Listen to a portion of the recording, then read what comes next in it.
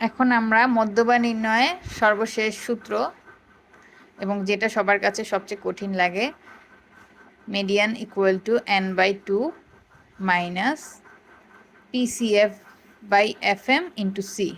Sorry, এখানে একটা এল আছে বইয়ের মধ্যে, এটা ভুল। এল প্লাস এইখানে এল হবে, এই যে প্লাস চিহ্ন এটার আগে এখানে একটা এল হবে।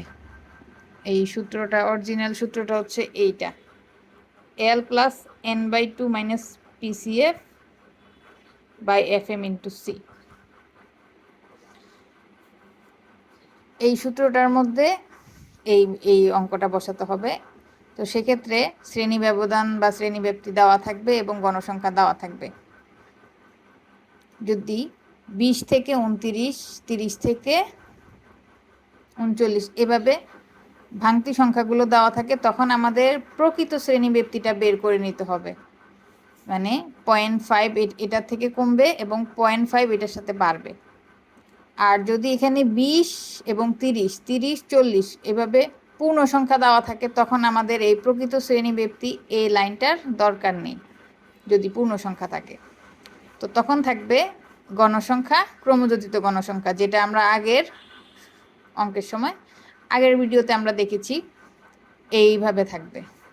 তখন ডাইরেক্ট সূত্রে বসাই দিব আমরা, তখন ঝামেলা কম। আর যদি প্রকৃত শ্রেণীব্যাপ্তি থাকে তখন একটু কাজটা বেড়ে যাবে, এটাই। কিন্তু একই, শুধু 0.5 এখানে কমবে আর 0.5 এখানে বাড়বে। তারপরে আমরা কি করব, এই গণসংখ্যাটাকে যোগফল বের করব, যোগফল n ইকুয়াল টু 99। তো মধ্যমা বের করার ক্ষেত্রে n/2 বের করতে হবে। n/2 আমরা পেয়েছি 49.5, যা ক্রমযোজিত গণসংখ্যা 67 ঘরে রয়েছে। যেহেতু এখানে আছে 49 থেকে 1 বেড়ে গেছে, মানে 67 ঘরে ঢুকে গেছে। তাহলে ক্রমযোজিত গণসংখ্যা হচ্ছে 67টাই হচ্ছে মধ্যমা শ্রেণী। তাহলে মধ্যমা শ্রেণী কত? 60 থেকে 69-এর প্রকৃত গণসংখ্যা, যেটা প্রকৃত শ্রেণী ব্যবধান, সেটা হচ্ছে আমাদের মূল অঙ্ক করার জন্য আমরা এই লাইনটাই ধরবো। তাহলে আমরা পেয়েছি লোয়ার মিডিয়াম হচ্ছে এইটা, লোয়ার মিডিয়ামটা এখানে বসবে। লোয়ার মিডিয়ামটা এখানে বসার পরে n/2 আমরা পেয়েছিলাম, এটা এখানে বসবে,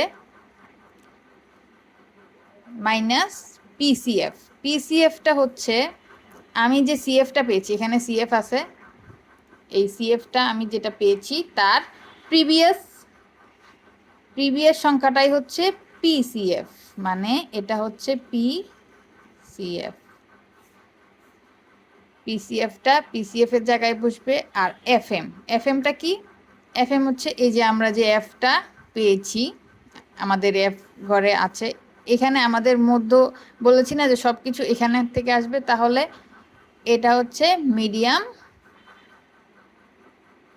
ফ্রিকোয়েন্সি অফ মিডিয়াম, এটা হচ্ছে এফএমটা এখানে বসবে। আর আমরা তো জানি সি মানে হচ্ছে শ্রেণী ব্যবধান এখানে কত করে ছিল? 10 করে থাকলে এখানে 10 বসবে, আর যদি 5 করে থাকে তাহলে এখানে 5 বসবে। এই হচ্ছে মধ্যমা নির্ণয়।